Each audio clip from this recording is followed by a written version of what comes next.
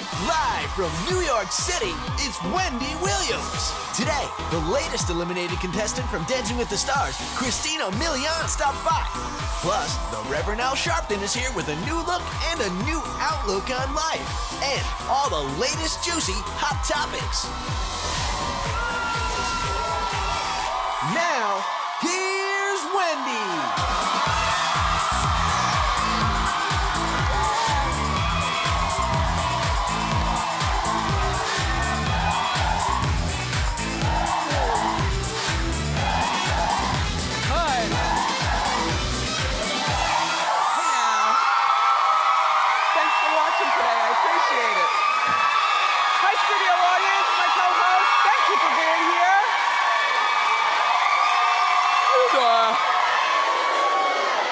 Fantastic, and we've got a great show. Casper and Jennifer might be on the rocks.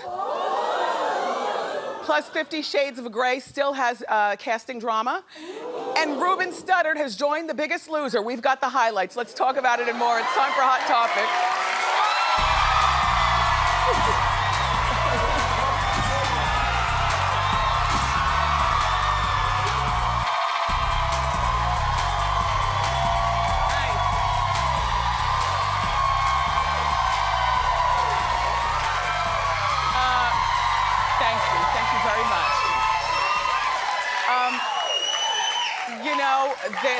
Thank you. Jennifer and Casper have lasted. I want some of what they're on. Jennifer and Casper have lasted a lot longer than I thought that they would. I mean, I couldn't wait to get here and talk with you about this today. All right, so it's according to E! News that, they've been a couple for almost 2 years. They might have hit a rough patch, and they may be headed for a breakup. Well, according to Radar Online, the spark is gone in their relationship. This is according to Radar. They look sparky right there, though, don't they? The couple hasn't been photographed together for nearly a month, which is a big deal, in Hollywood, because Jennifer's always out, they're always together. They haven't been photographed. Jennifer, everybody may, they say, have stayed with Casper a little bit too long because of her twins, Max and Emmy.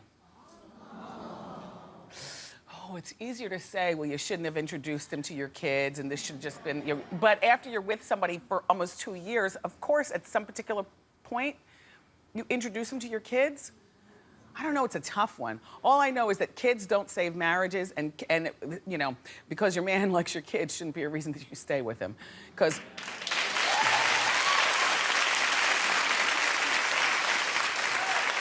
when mom is miserable, there's nothing right.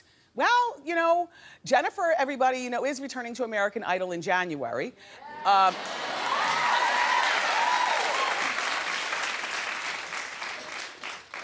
Not yeah. You mean why? Why? American Idol's ratings have gone down steadily every single season. I predict that this season won't be any different. And they brought Jennifer in thinking that, she would help lift the ratings from last season. But, I'm sorry, if Mariah Carey and Nicki Minaj couldn't help the ratings, then what makes you think that Jennifer is going to be able to help the ratings? And save it, I know. You want to look at her every night with the makeup and with the skin and that whole bit. But after you see her come out, you're gonna change the channel. Unless these groups and this show can do something to really hold you. Harry Connick Jr., I'm sure, was a wonderful man. But I'm not interested in Harry Connick Jr. at the judges' table. And I was never interested in Keith Urban. I know he's good for our girl, Nicole Kidman, but I'm just calling it the way I see it. I'm just calling it the way I see it as a fan of the show, and then Randy is going to be one of the support judges, and then Ryan Seacrest is there. The only reason to watch the show, I think, is possibly for Jennifer Lopez, but she alone can't return this show to what it's supposed to be. And Casper is alleged to be on the payroll of the show. Now, well, because Jennifer said that she needed him to be there to choreograph her first and second, I guess, perform. They always perform on the show. So he's on the payroll. The thing is that, Jennifer and Casper, getting back to them, have lasted a lot longer than I thought. And if it's over, then it's over. And poor Max and Emmy got caught up. But it's not like Max and Emmy don't have a father. Mark Anthony seems more than active in these twins' lives. And then if you break up, Jen, because they always say, you know, and I don't know this to be fact, but they always say, she loves to have a man around, you know. And there's some women who are just like that. But I would advise her to take a little time for herself and her kids and settle into this American Idol thing, because it's not going to be the cakewalk that she probably thinks it's going to be, not this time around. And get Casper off the payroll. You don't need to have him, you know, there at American Idol stinking up the joint. Casper, you had the best 2 years of your life, so take your stuff and get out. If that's what Jennifer wants. I still insist that one day she'll remarry Mark Anthony. Yeah. Wait, not remarry, because the divorce is not finalized, right? They're still working on their divorce? Yeah. Anyway, as you know, everyone, Charlie Hunum has dropped out of 50 Shades of Grey. He felt as though there was too much pressure on him, and now the other star of the movie, Dakota Johnson, who's gonna play Anastasia, is also feeling the pressure. You better not drop out. That's what you asked for. You were raised by Melanie Griffith and Don Johnson. I mean, at the height of Miami Vice, and she was, you know, the big movie actress at a particular time, and you know what this pressure is. According to E! News, everybody, Dakota is having a hard time, they say, from becoming a virtually unknown star to becoming a huge star of a movie.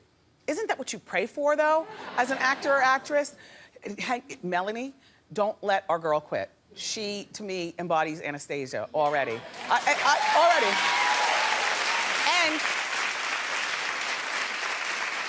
And that virtual unknown thing I told you, I need maybe a virtual unknown in this movie, so I don't have preconceived notions about how this person is as an actress. Stay in the movie, girl.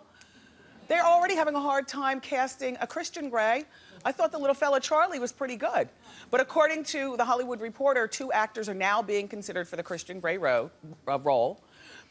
Well, you know Alexander Skarsgård from True Blood?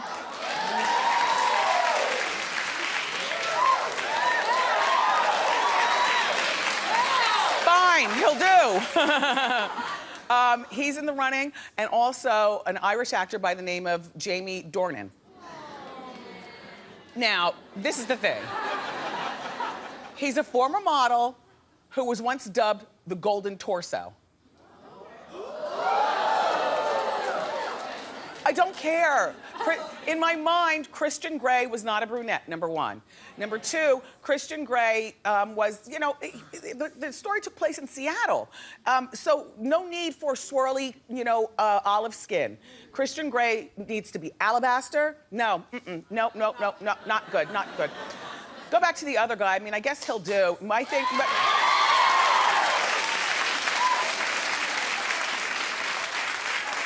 If we have to choose between the 2, fine him, but he's not good enough either, and I'm gonna tell you why. Because Christian Grey, if you remember all the different sex scenes and everything, and one characteristic that he had was she was always ruffling his hair, and he was always ruffling his hair, and Christian Grey, in my mind, in my imagination as I read the book, does not have a receding hairline. He has, excuse me, I'm just calling it the way I see it. Christian Grey has a head full of swirly hair like my Zac Efron.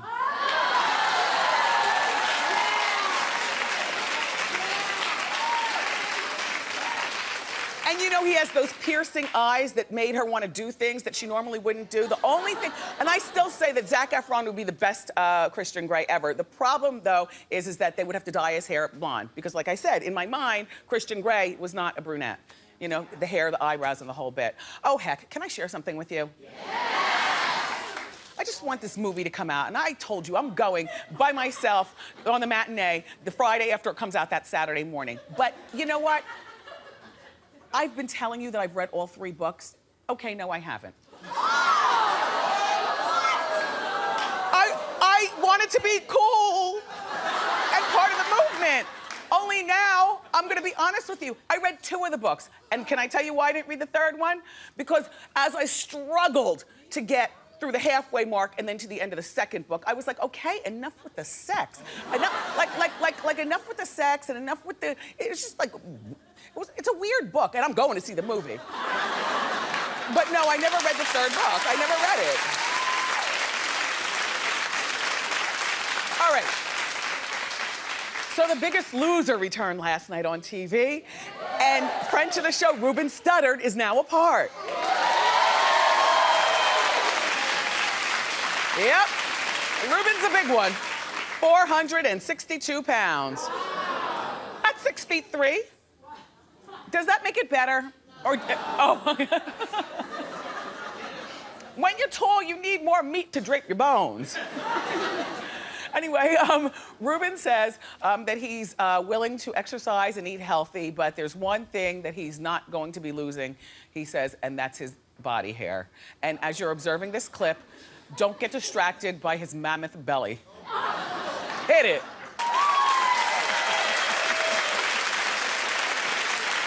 Ruben is such a lovable man. I just love him so much. You know, one of the things that he also said last night was why didn't any of his friends ever tell him that he needed to lose some weight? Well, I've told you, Ruben. You've come here to the show several times. I've known you since I was on the radio, and your weight is, well, your stomach was always pretty much the first thing to enter the room. Not, ooh, what's the matter? Why are you being so sensitive today? Come on. I mean, but we've talked about it because he was successful and he lost weight. Then remember, he was involved in that marriage to the girl. He was at the, see? And he lost the weight, he was doing really well, and he wrote a book, and he was at, you know, the store signing the book, and a beautiful girl came over to him, and next thing you know, they ended up going to get married, but she wanted to live the big life that she thought Ruben was living. In reality, Ruben is, you know, one of the fewer, more down-to-earth celebrities. He's a down-south Southern gentleman. He wasn't all about the flash and the boom, boom, boom, and the wife, allegedly, wanted the flash. So then they got their divorce, and Ruben really loved her, so he started eating again. I know. So I can't wait to catch up with him. I love The Biggest Loser, first of all. And, you know, so I can't wait until he loses weight. And then we'll get him here to the show, and he'll bring Jillian, who was my, I thought that Jillian, so she came on our show last season, I thought she was going to be so mean and just judgmental, you know, to people who aren't as physically fit as her. She was one of the coolest guests ever. So, hi, Jillian. Hi, Ruben. Good luck, Ruben. And he's already lost 20 pounds. So I know you couldn't tell, but he has. So he's working hard. Keep going, Rube. So, all right, here's what's going on in the Kanye household. According to Radar Online, shortly after baby North was born, Kanye suggested Kim start a baby clothing line. Well, it wasn't his idea, first of all. That was my idea. And I told her through the TV when she was pregnant, you need to break away from that family and start a clothing line that's affordable. Everything in the clothing line, baby baskets and pushers and car seats and potty, everything. Well, reportedly, Kanye is so into her starting this baby line that he's reportedly set her up with meetings with some of his high-end designing friends, including that little one who's always by his side, Ricardo. Oh, you know, the little man from Givenchy. Anyway, Kanye felt that it was a good way for Kim to break away from her family and be taken seriously. Well, I think that this is terrific also.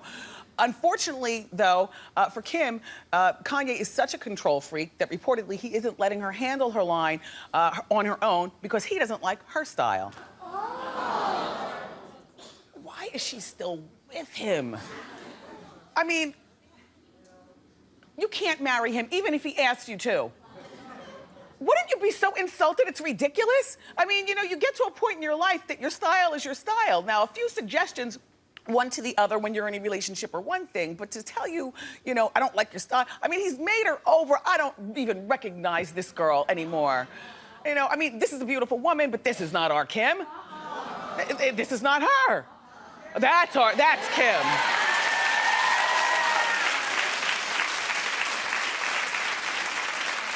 And another thing, nobody wants to, you know, buy high-end baby clothes except for, you know, 1% of the country, while the rest of everybody is suffering. Nobody's buying Givenchy baby clothes. I mean, Kim, you know what to do with this, all right? This is a job for Sears. You set up the baby stuff right there next to you girls' Kardashian collection, you know?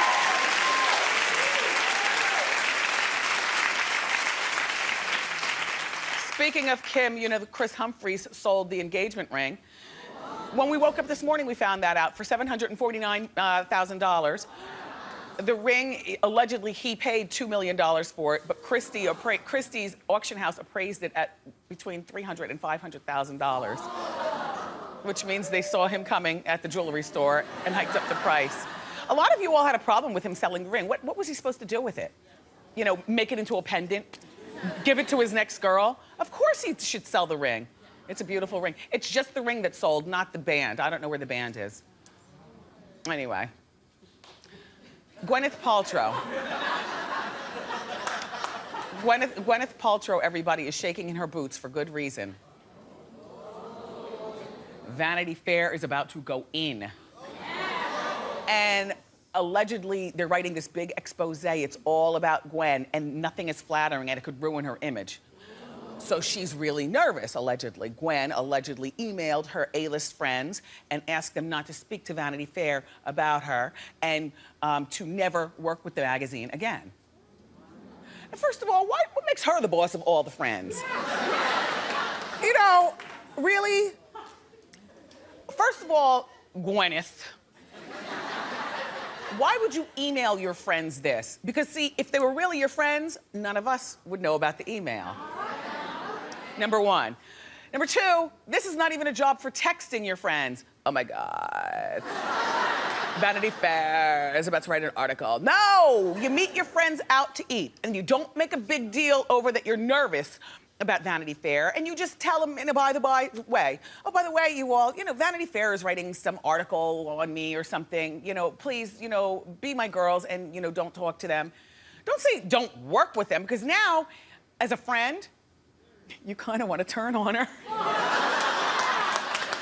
of want to turn on her.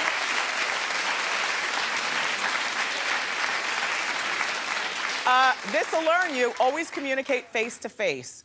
The Vanity Fair's editor-in-chief, his name is Graydon Carter, he says that Gwyneth's behavior made him even more determined to publish the article because he found out about the email going around to the friends. Well, you want to know what? It's making me even more determined to want to read it. Yes! 5 times. And then blog about it.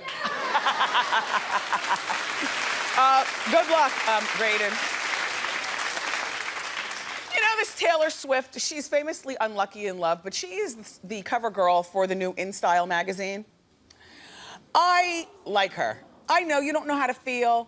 I used to say the same thing. I feel a little guilty only because of how she got her start. Like if Kanye didn't spaz out, maybe it wouldn't be what it is. And she played innocent and the whole thing. But you know what? I like her. And I'm not, maybe a little embarrassed. Only because a lot of people don't like her, but I like her. I think that she is beautiful. She's a very talented young lady, and she's very appealing as, you know, somebody looking at the TV or listening on the radio or reading magazines. What is not appealing about this? You know? She rocks the red lipstick. She has an air of sophistication. I like that award show where she was sitting there with Selena Gomez. You know, it was like the cool girl crowd. Oh my God. Well, she opened up about being attracted to the wrong men. Now, I know what you're saying. She's only 23 years old. Why is she talking about boys all the time? Well, at 23, you don't know everything, but you know things. I knew things at 23 that I would have liked to have shared with my 17-year-old counterparts. She's not talking to me. And then the rest of us who might be on the other side of ancient. She's talking to her generation and the girls younger. These girls are fast these days. They need to know things and they're not listening to us. Unless we talk like this. Listen, so this is what she says. I can't believe how much I have in common with her either. She says, if someone seems bad or shady or like they have a secret, I find them incredibly interesting. I know! That's just a phase I've been in lately. I don't think this should be how I proceed in life. I used to think the same thing. It's important to be self-aware about these things because you don't want to end up with that guy. I used to say that too, until it became too late. I looked in his eyes, and now we're married.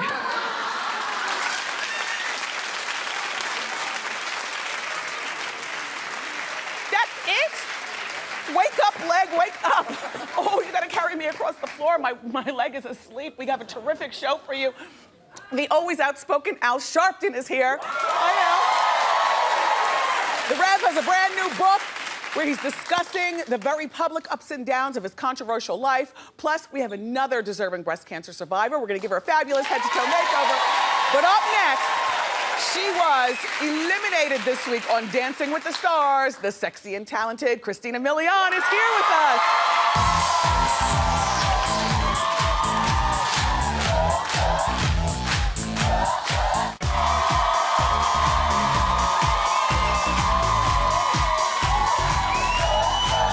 Welcome back. On Monday night, our first guest scored a perfect 10 on Dancing with the Stars, but she was still eliminated. Take a look.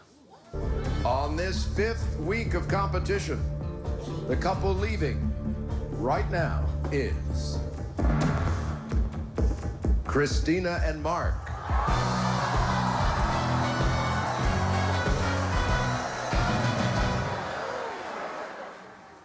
Please welcome Christina Milian.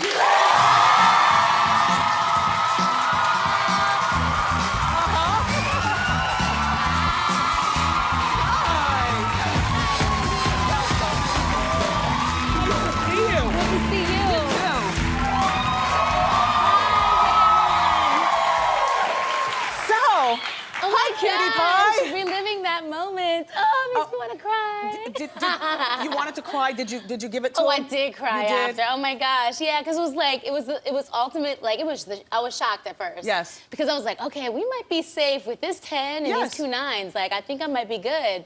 And so it was definitely a surprise, but it goes to show those votes are everything. The votes count. So Oh what my you're saying gosh. is that the Christina fans weren't calling to vote. They probably were, but you know what? We had the week before, it was a little bit of controversial. There was like a little situation with our guest judge that we had that was there, Julianne, So I think, not to say to blame it on her, because we gave it our all in the performance, but it was just, I think it set it off, in another direction when I it liked came your to the outfit, votes. though. Thank you. I was feeling good.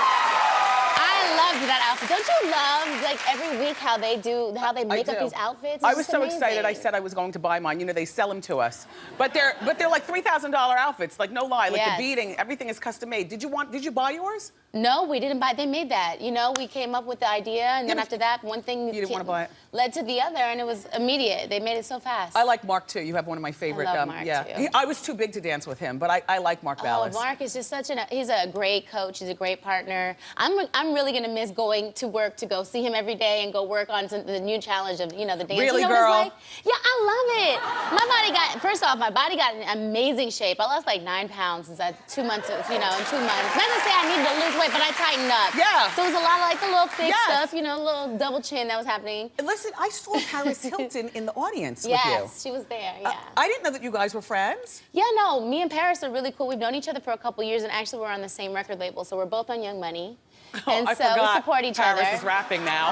Yes, she's doing her thing. She's got a great album. She's doing the EDM and the DJing now. So Yes. I went and supported her her party the other day for her single. So, we just, one here watches the other. We're homies too, so that's cool. Did you go out afterwards, after the elimination? Oh, girl, I got on a plane. I had my bag already ready. Yes. I had to get on the plane and fly straight to New York, which I don't mind because I love New York. So. Yeah, she's Christina's a Jersey girl. She's from Jersey City. How's your mom doing? My mom's great. My mom's great, Good. yeah. So, now what is going on with The Voice? Are you still social media?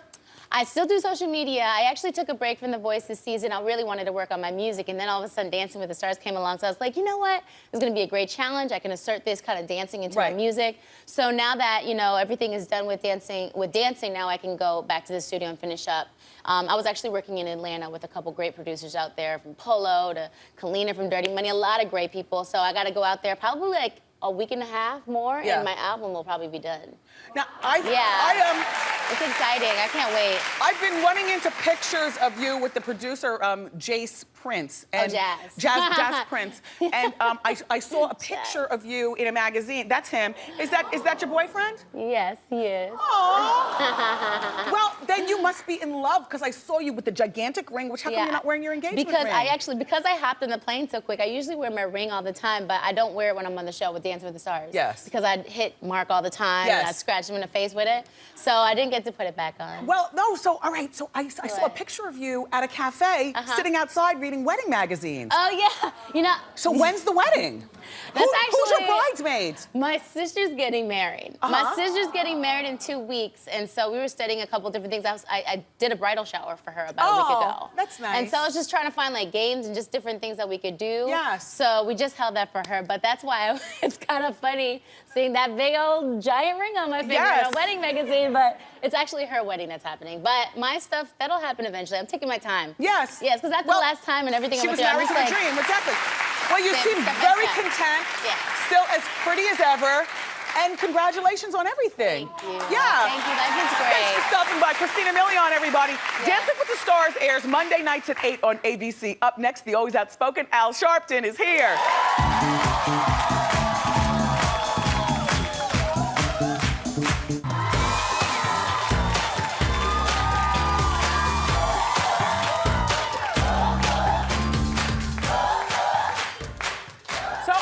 Guest is one of the nation's most renowned civil rights leaders. He's got a new book. It's called The Rejected Stone, and in it he writes about his very public ups and downs and his controversial life. Please welcome back to our show our friend Reverend Al Sharpton.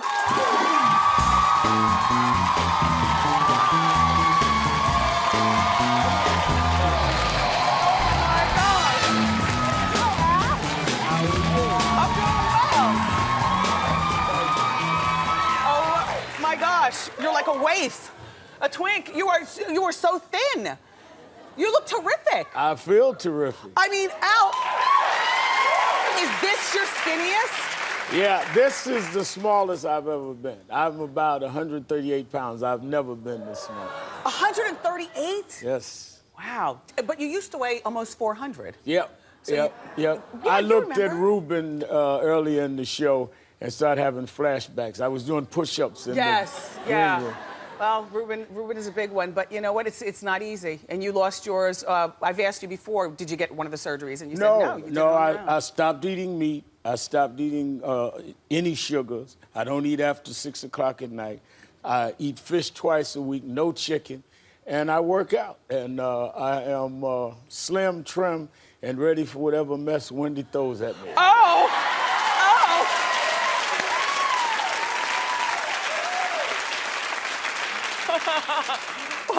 Listen, you know, you made headlines when you commented about Governor Christie's weight. You said that, I forgot what you said, but do you think that his weight will affect his ability to lead? I think that it will affect how some people look at him. Yeah. I don't think we ought to be biased against people that are heavy.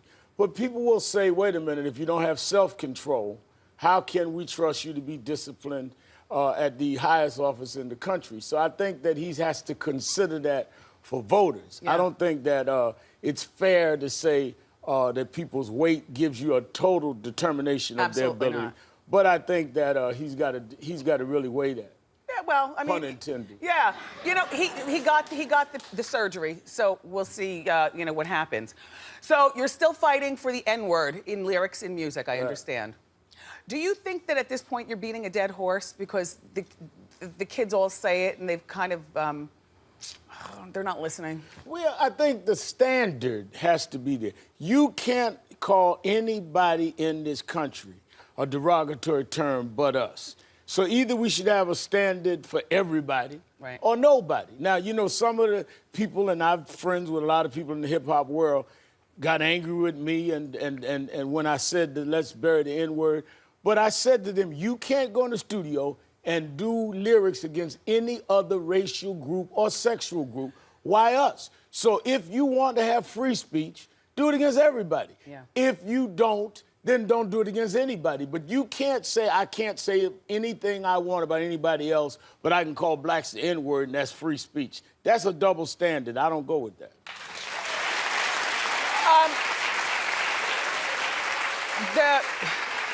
Through the years, we all know that you've faced hate. Hate from your own people, our own people, hate from outside people, hate from around the world. Right. Haters are out there. How do you deal with, though, in your own community, You expect people it. hating I on mean, you? A lot of people in our own community have loser complexes, so they think we can't handle a bigger stage. You going from radio to where you are now. Right. It's because she's going to change. Because in their mind, you can't handle the bigger stage. So when I got my television show on MSNBC and radio show syndicated and built National Action Network, we have offices all over the country. Right. Oh, is Al going to sell out? Because they don't think you can handle the stage because they can't. I don't let losers decide how big and how successful I could be. And let me say this. Last time I was here, we talked about I was just going on television. You said, are you going to stay out there on the issues? I've been on television now 2 years. In those 2 years, I've led the Trayvon Martin fight, the voter ID fight, the March on Washington anniversary, the jobs fight, stood by the president. All in the 2 years that I've still done radio and TV every day, National Action Network open every day in Harlem, 2 offices here in New York, all over the country. I ask all my haters, tell me what you've done. I've done all that and some. All you've done is attack me. Yeah. Now, in the book, one of the things I found comical in Reverend Al's book is that you've always been called Reverend even when you were a little boy. You know, when I was 4 years old, I was a member of the Junior Usher Board at Washington Temple Church. They asked what I wanted to do on the Usher's anniversary. I said I wanted to preach, and they let me preach, and I grew up as a boy preacher. And when I went to school, I had a little problem because I would write on my homework, Reverend Alfred Sharpton. Oh, God. And the teachers got mad. You can't do that. I said, but I'm a minister. My mother had to come to school and help me that was my first act of defiance. I defined myself, and all my life I've stood up. But I grew up a boy preacher. When I was 9, I preached at the World's Fair at Mahalia Jackson. I grew up a boy preacher. Wow.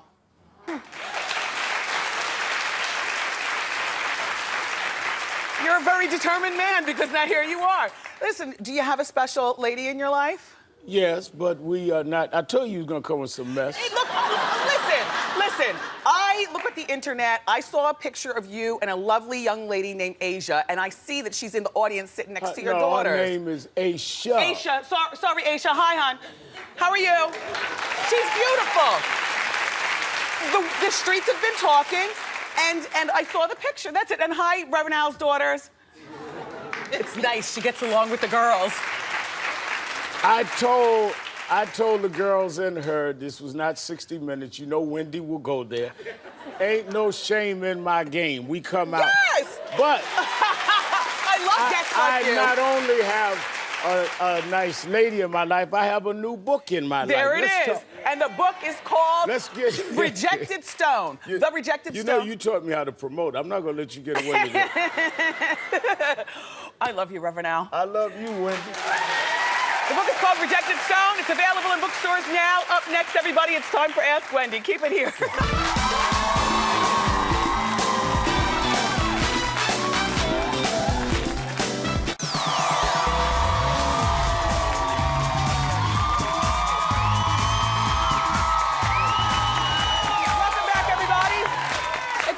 Ask Wendy, how you doing? Hi, Wendy. How are you? Doing well, thanks. Good, good. How can I help? Well, my friend that we've been friends for a long time since we're teenagers just came out that she's gay, and I feel uncomfortable now doing the things that we used to do, like getting undressed and kissing when we made, and and I'm uncomfortable. I don't know how to go about telling her that now I feel not different. I'm happy for her being gay. Yeah. But I just feel uncomfortable. And we've been friends since teenagers, but I'm like, what do I do? Did you ever suspect that she might be gay? No, absolutely. I mean, don't get me wrong, we would get drunk and she'd kiss me on my neck and, but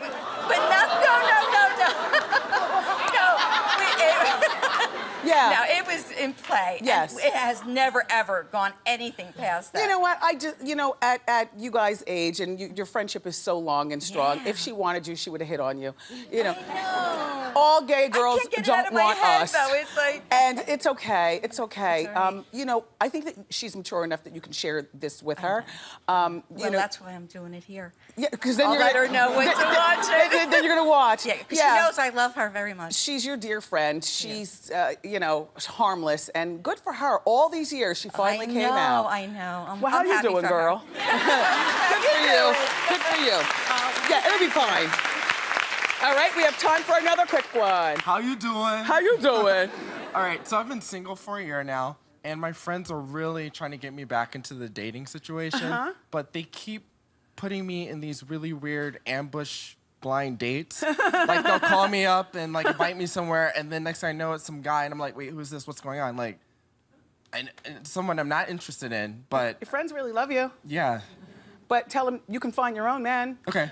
Yeah. You know, and just let them know that. I like your delivery. And, you know, I don't think that's insulting to tell somebody that. Say, you know, thanks, you guys, but no thanks? No thanks. I'll find my own. All right. Okay? All right. Everybody, we're going to take a quick break. How do you know if a hot guy is hitting on you or just being friendly? I've got the answer next in Ask Wendy.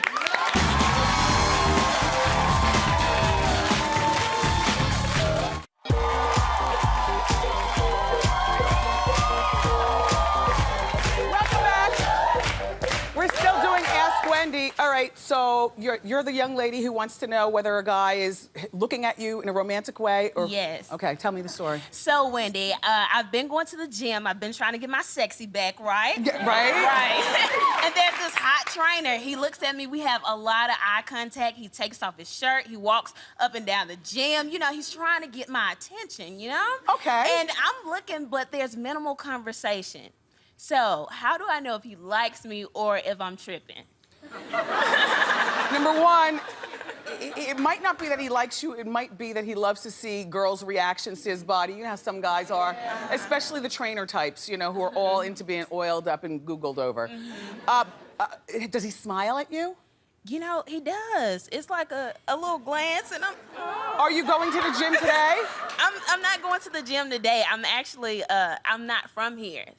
But tomorrow, I'll be there. Tomorrow you'll be there? Yeah. I make sure I go to the gym 4 or 5 times a week, Wendy. Yes. Okay, well, you need to just say hello to him. Make eye contact and smile and use eye contact and say hello. And you'll be able to figure out from there whether he likes you or whether he's being a conceited gym rat who just wants to, you know, show off. If he likes the attention. Yes, exactly, all right? Good luck. Where are you from, by the way? I'm from Memphis, Tennessee. All right, welcome. Up next, everybody, we've got a fabulous makeover for a very courageous breast cancer survivor. Keep it here.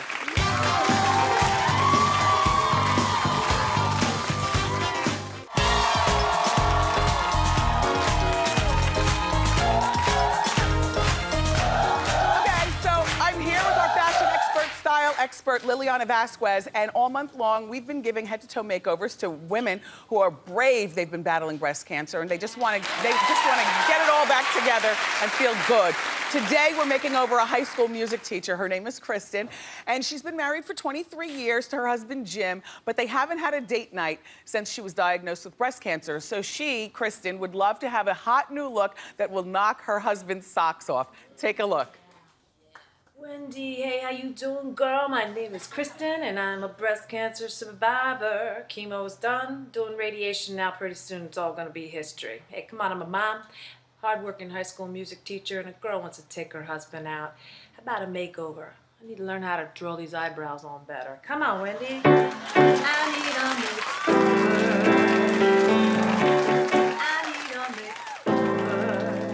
Help me out, Wendy. Woman. Hi, Jim. And that's your son also. Hi, young man. How are you today? Good. You ready to see your mom? All right, Kristen, come on out. Yes.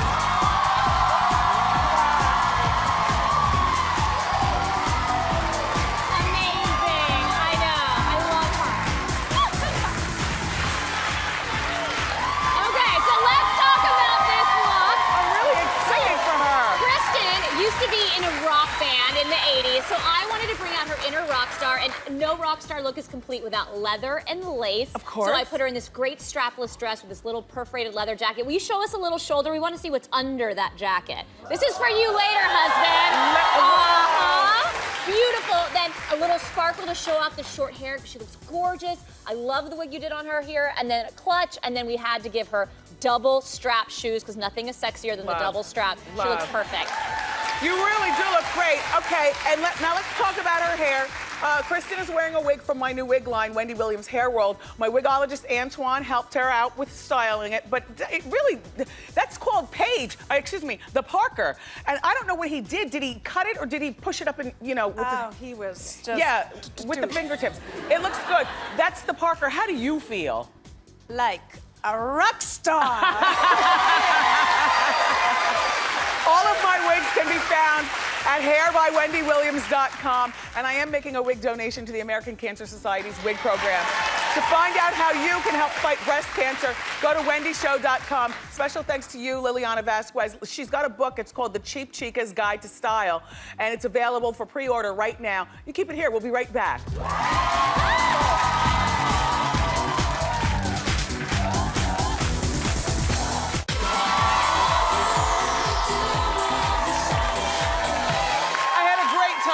I want to thank my guests, Christina Milian, Reverend Al Sharpton, Liliana Vasquez, and our breast cancer survivor, Kristen. Tomorrow, we've got another great show planned for you from TLC.